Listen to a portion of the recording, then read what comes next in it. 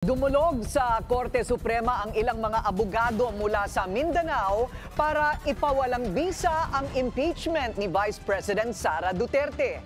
May 10 araw naman ang Senado para sagutin ang petisyon para umpisahan na agad ang impeachment trial. Yan ang agenda report ni Hannah T. Labag sa konstitusyon ng pag-usad ng impeachment complaint laban kay Vice President Sara Duterte. Ito'y dahil hindi umano nasunod ang itinakdang proseso ayon sa mga petitioner na tumungo sa Korte Suprema kanina. Pinangunahan ng legal counsel ni Pastor Apollo Kibuloy na si Attorney Israelito Torion at legal counsel ni dating Pangulong Rodrigo Duterte na si Attorney Martin Delgra ang paghain ng isang petition for certiorari and prohibition with urgent prayer for temporary restraining order at writ of preliminary injunction. Hiniling ng mga petitioner na ipawalang bisa ang impeachment at pigilan ng Senado na ituloy ang trial hanggat walang desisyon ng Korte Suprema.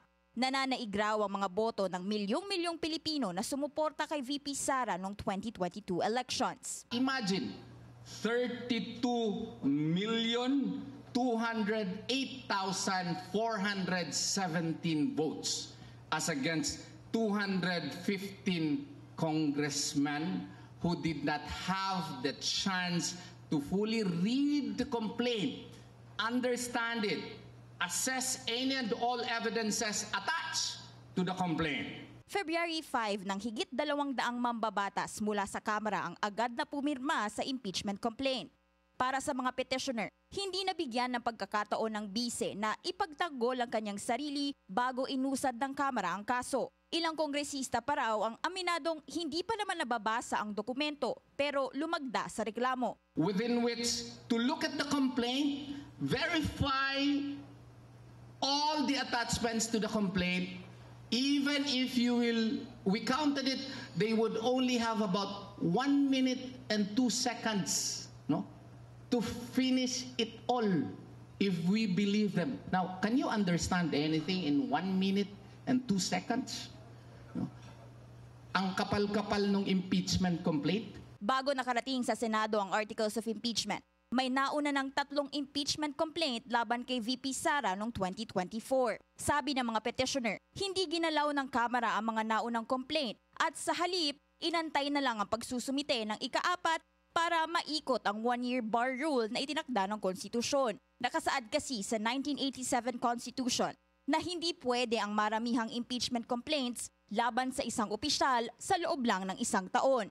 We were all in shock simply because of the speed by which the impeachment complaint was filed. There was no proper deliberation, there was no proper discussion. Hinihiling din ng mga petitioner na ideklarang labag sa konstitusyon ang House Rule 4 Section 14. Ang probisyong ito ay nagbibigay daan daw sa mga kongresista na pumirma sa impeachment complaint nang walang masusing verifikasyon.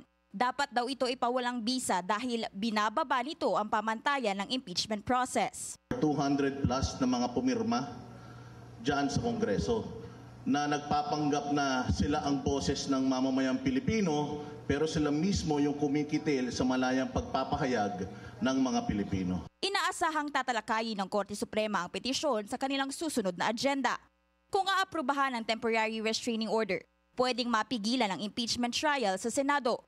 Pero kung hindi, tuloy ang paglilitis laban kay VP Sara. Bago pa man dumulog sa SC ang Mindanaoan lawyers kanina, una nang naghain ng petisyon si Catalino Generillo Jr. kung saan hiniling niya sa SC na utusan ng Senado para buuin na raw ang impeachment court at ituloy na ang paglilitis laban kay VP Sara. Pinagkokomento na ng Korte ang Senado sa loob ng 10 araw.